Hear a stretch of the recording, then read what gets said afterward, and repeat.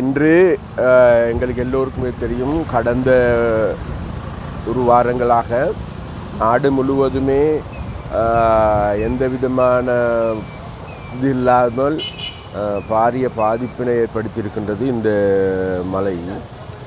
அப்போ அதன் காரணமாக முழு நாட்டில் வாழ்கின்ற மக்களும் முழு நாடுமே இன்றைக்கு வெள்ளக்காடாக மாறி இருக்கின்ற மழையில் பாதிக்கப்பட்டு, நான் நினைக்கின்றேன் இன்று வரைக்கும் தேடி பார்க்கின்ற பொழுது 100க்கு அதிகமான உயிர்களும் கூட பலியாகி இருக்கின்றது. அப்போ அந்த நிலைமையில் விசேடமாக இன்றோடு ஓரளவு எங்களுக்கு இந்த புயல் வீசுகின்ற நிலைமை இன்றோடு தனியும் என்கின்ற ஒரு எதிர்வு கூறப்பட்டிருக்கின்றது. இன்றைக்கு நாங்கள் விசேடமாக யாழ்ப்பாணத்தை எடுத்து பார்க்கின்ற பொழுது யாழ்ப்பாணத்தில் கடுமையாக பாதிக்கப்பட்டிருக்கின்ற பிரதேசங்களும் இருக்கின்றது. அதே நேரத்தில் இன்றைக்கு பகல் அல்லது நாளை வருகின்ற பொழுது மேலும் பாதிப்பு ஏற்படுமா என்கின்ற சந்தேகம் எழுகின்றது. எது எவ்வாறான போதிலும் கூட மக்களுக்கு நாங்கள் சொல்லுகின்றோம், மக்கள் பாதுகாப்பான இடங்களில் இருக்கும்படி மக்களிடம் நாங்கள் கேட்டுக்கொள்கின்றோம். அது மாத்திரமல்ல, விசேடமாக நாங்கள் தொடர்ச்சியாக எங்களுடைய உறுப்பினர்கள் அனைவருமே அந்தந்த பிரதேச சபைகளில் அந்தந்த பிரதேச சபை உறுப்பினர்கள் அனைவருமே களத்தில் இறங்கி மக்களுக்கான சேவைகள் செய்து வருகின்றார்கள். விசேடமாக சொல்ல வேண்டும், எங்களுடைய மாநகர சபை உறுப்பினரும் என்னுடைய இணைப்பாளருமான கபிலன் சுந்தரமூர்த்தி அவர்கள் தொடர்ச்சியாக மக்களோடு நின்று செயற்பட்டு கொண்டிருக்க, இன்றும் கூட இந்த விசேடமாக நல்லூரை அண்டிய பிரதேசங்கள் இன்றைக்கு நீரில் மூழ்கி இருக்கின்றது. அது மாத்திரமல்ல, இன்றைக்கு குடிநீர் தட்டுப்பாடு ஏற்பட்டிருப்பதாக இந்த பிரதேசத்தில் வாழ்கின்ற மக்கள் கூறுகின்றார்கள். அதனால் உடனடியாக எங்களுடைய கபிலன் தோழர் அவர்கள் நகர சபைக்கு சென்று, அதாவது பவுசர் மூலமாக மக்களுக்கு தண்ணீர் வழங்குகின்ற வேலை திட்டத்தை முன்னெடுப்பதற்கான நடவடிக்கை எடுத்திருக்கின்றார்கள். அந்த வகையில் இன்றைக்கு நான் எடுத்துக்கொண்டால் நேற்றும் கூட பல பிரதேசங்களுக்கு சென்றேன். இன்றும் கூட விசேடமாக கூடுதலாக பாதிக்கப்பட்டிருக்கின்ற காரைநகர் பிரதேசம், அதே போன்று தீபக பிரதேசங்கள், அதே போன்று பருத்தித்துறை போன்ற பிரதேசங்களுக்கும் கேகேஎஸ் போன்ற பிரதேசங்களுக்கும் விஜயம் செய்யலாம் என்று நினைக்கின்றேன். அனைத்து பிரதேசங்களையும் பார்த்து உண்மையிலேயே மக்களுடைய பிரச்சனைகள் என்னவென்றும் கேட்டுக்கொண்டு எங்களால் இயன்ற, அரசாங்கத்தால் இயன்ற அனைத்து நடவடிக்கைகள் எடுப்பதற்கு நாங்கள் தீர்மானித்திருக்கின்றோம். விசேடமாக எங்களுடைய ஜனாதிபதி அவர்கள் இந்த பிரச்சனைகளை நல்ல முறையில் இனம் கண்டு கொண்டு உடனடியான நடவடிக்கைகள் எடுத்திருக்கின்றார்கள். அதே போன்று பிரதேச செயலாளர்களுக்கு, அரசாங்க அதிபர்களுக்கு உத்தரவிட்டு இருக்கின்றார்கள். உங்களுக்கு போதுமான பணம் இருக்கின்றதா என்று தேடி பாருங்கள். போதுமான பணம் இல்லை என்றால் நாங்கள் போதுமான பணத்தை பெற்றுத் தருவதற்கு நாங்கள் தயாராக இருக்கின்றோம் என்று கூறியிருக்கின்றார்கள். அது மாத்திரமல்ல, நாட்டில் இருக்கின்ற முழு இராணுவத்தையும் இந்த செயற்பாடுகளில் ஈடுபடுவதற்கு உத்தரவிட்டிருக்கின்றார். அந்த வகையில் இராணுவமும் தங்களுடைய செயற்பாட்டை செவ்வனை செய்து வருகின்றார்கள். அந்த வகையில் நாங்கள் சொல்கின்றோம், உள்நாட்டு மக்கள் ரொம்ப மிக மிக கவனமாக இருங்கள் என்று மக்களிடம் நாங்கள் கேட்டுக்கொள்கின்றோம். இன்னும் இந்த புயல் முற்றாக அகலவில்லை என்பது எங்களுக்கு தெரியும். அதே போன்ற விசேடமாக உயிரிழந்த எங்களுடைய மக்களுக்கு எங்களுடைய ஆழ்ந்த அனுதாபங்களையும் தெரிவித்துக் கொள்கின்றோம். அது மாத்திரமல்ல, ஜனாதிபதி உடனடியாக அந்த பாதிக்கப்பட்டு உயிரிழந்தவர்களுக்கு உடனடியாக அவர்களுக்கு 1 மில்லியன் ரூபாய் நிதியை கொடுக்கும்படியும் கூறியிருக்கின்றனர். அந்த வகையில் எங்களுடைய அரசாங்கம் இந்த பிரச்சனைகளை நல்ல முறையில் கையாளுகின்றது. இருந்த போதிலும் கூட யாருமே எதிர்பார்க்காது, இயற்கை அனர்த்தம் என்பது யாருமே எதிர்பார்த்து வருவதல்ல. அந்த அனர்த்தத்துக்கு முகம் கொடுக்க வேண்டிய சூழல் இருக்கின்றது. அதனால் நான் நினைக்கின்ற நாட்டில் இருக்கின்ற மக்களும் அதற்கு தயாராக இருக்கின்றார்கள். மக்களும் தங்களால் இயன்ற உதவிகளை செய்கின்றார்கள். இதில் ஜாதி, மத, இன, குல பேதங்கள் இன்று மக்கள் அணிதிரண்டிருக்கின்றார்கள். அதுவே வரவேற்கத்தக்க ஒரு விடயமாக இருக்கும். மக்களிடம் ஒரு விடயத்தை நாங்கள் கேட்கின்றோம். உங்களுடைய பிரதேசங்களில் அதாவது முக்கியமான தேவைகள் இருக்குமாக இருந்தால் அந்தந்த பிரதேசங்களில் இருக்கின்ற பிரதேச சபையோடு தொடர்பு கொள்ளுங்கள் 1, பிரதேச செயலாளரோடு தொடர்பு கொள்ளுங்கள் 2, அதே போன்று அரசாங்க அதிபரோடு தொடர்பு கொள்ளுங்கள் 3. அதை மீறி தேவையாக இருந்தால் எங்களுடைய உதவியை நீங்கள் நாடலாம். எங்களுடைய பிரதேச சபைகளினுடைய உறுப்பினர்களை நீங்கள் சந்திக்கலாம், வரவழைக்கலாம். அதே போன்று இவைகளுக்கு எல்லாருக்கும் என்னுடைய இணைப்பாளராக இருக்கின்ற கபிலன் அவர்களை நீங்கள் தொடர்பு கொண்டால் நிச்சயமாக உங்களுடைய அனைத்து நடவடிக்கைகளுக்கும் முன்னெடுப்பதற்கு ஏதுவாக இருக்கும் என்று நாங்கள் நினைக்கின்றேன். கபிலன் அவர்களுடைய தொலைபேசி இலக்கத்தை எடுத்துக்கொண்டால் 070 201 47 44 இந்த இலக்கத்தோடு நீங்கள் தொடர்பு கொள்வீர்களாக இருந்தால் நிச்சயமாக அந்தந்த பிரதேசங்கள் உங்கள் வீடுகளுக்கு ஏதாவது பிரச்சனை வந்திருக்குமாக இருந்தால், அது மாத்திரமல்ல மரங்கள் உடைந்து விழுந்திருக்குமாக இருந்தால், ஏனென்றால் மரங்கள் உடைந்து விழுவதற்கான அறிகுறிகள் கூடுதலாக இருப்பதாக கூறப்படுகின்றது. ஏனென்றால் எங்களுக்கு கடலுக்கு இனிமேல் நீர் செல்ல முடியாத ஒரு சூழல் இருக்கின்றது. அதனால் எங்களுடைய நீர் எங்களுடைய நிலத்திலேயே இன்றைக்கு பதிந்திருக்கின்றது, நீர் ஊறி இருக்கின்றது. அதன் காரணமாக ஒரு சிறிய காற்றடித்தாலும் கூட பல இடங்களில் மரங்கள் உடைந்து விழலாம் என்று எதிர்வு கூறப்படுகின்றது.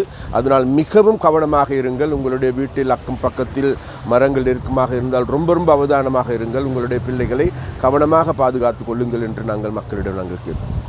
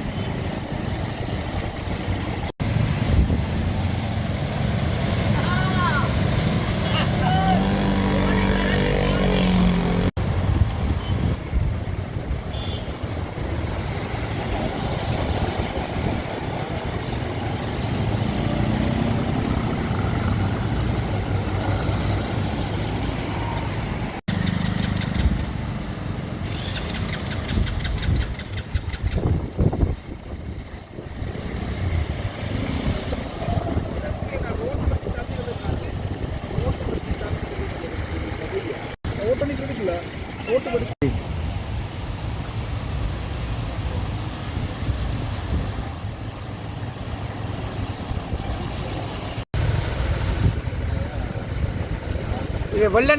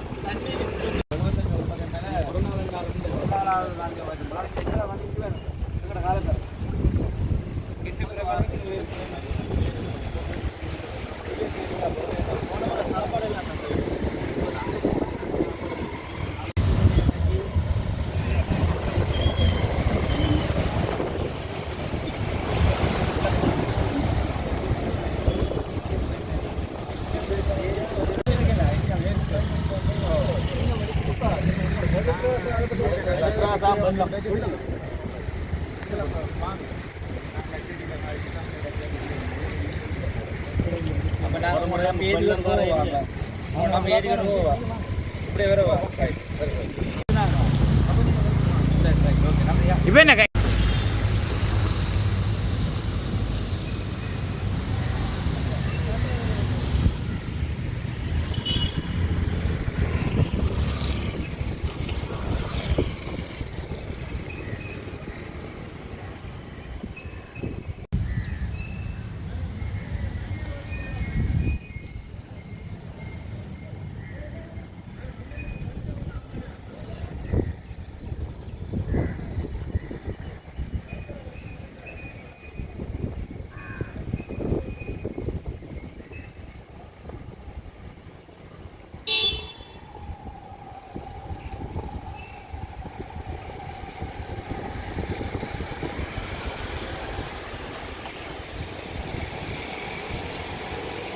இல்லை ஒரு பேட்டியை கொடுங்க. இன்றைக்கு நான் மகிழ்ச்சியாக இருக்குது. பாப்பி இன்றைக்கு வீட்டுக்கு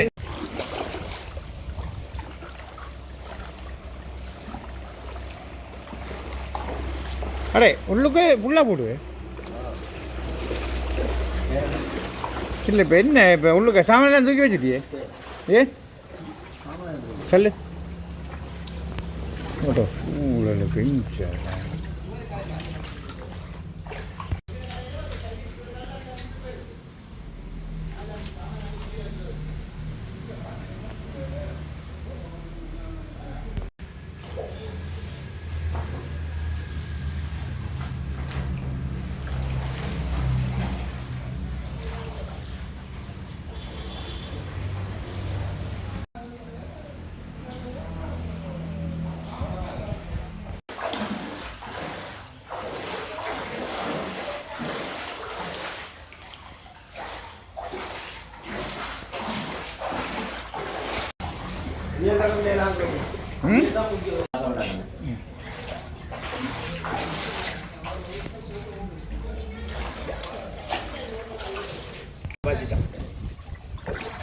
நல்ல ஆளா நம்ம இல்லாட்டி சரி நாசமாக போயிடுது.